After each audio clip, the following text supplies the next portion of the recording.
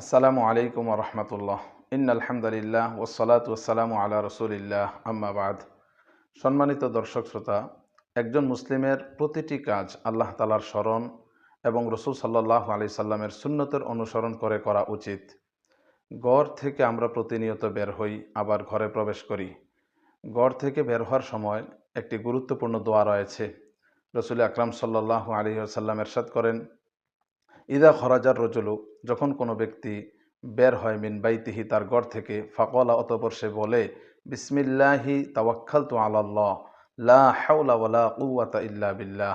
আমি দোয়াটি আবারও বলছি, বিসমিল্লাহি তাওয়াক্কালতু আলাল্লাহ লা হাওলা ওয়ালা কুওয়াতা ইল্লা বিল্লাহ। বিসমিল্লাহি, আল্লাহ তাআলার নামে আমি ঘর থেকে বের হলাম। তাওয়াক্কালতু আলাল্লাহ, আল্লাহর উপর ভরসা করলাম। লা হাওলা ওয়ালা কুওয়াতা ইল্লা বিল্লাহ, আল্লাহ তাআলার সাহায্য ছাড়া গুনাহ থেকে বাঁচার, কোনো ভালো কাজ করার, সকল ক্ষেত্রে আল্লাহ তাআলার সাহায্য ছাড়া আমার কোনো উপায় নেই। রাসূল আকরাম সাল্লাল্লাহু আলাইহি সাল্লাম বলেন, ইউকালু হিনাইযিন, তখন তাকে বলা হয়, হুদিতা, তুমি হেদায়েতপ্রাপ্ত হয়েছ, তুমি ওয়াকুফিতা, তুমি, তোমার জন্য এই দোয়াটি যথেষ্ট, তুমি রক্ষা পেয়েছ, ওয়া বুকিতা, এবং তুমি এই দোয়াটির মাধ্যমে নিরাপত্তা লাভ করেছ।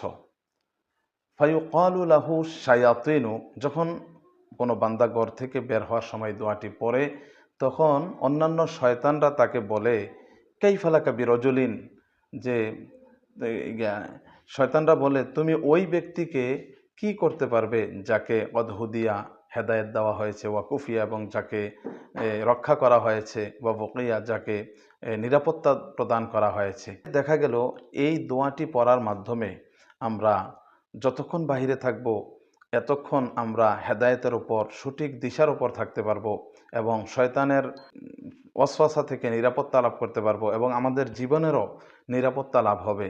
তাই আসুন আমরা প্রতিনিয়ত ঘর থেকে যখনই বের হব, রাসূল আকরাম সাল্লাল্লাহু আলাইহি সাল্লামের শিক্ষা দেওয়া এই দোয়াটি পাঠ করে বের হব।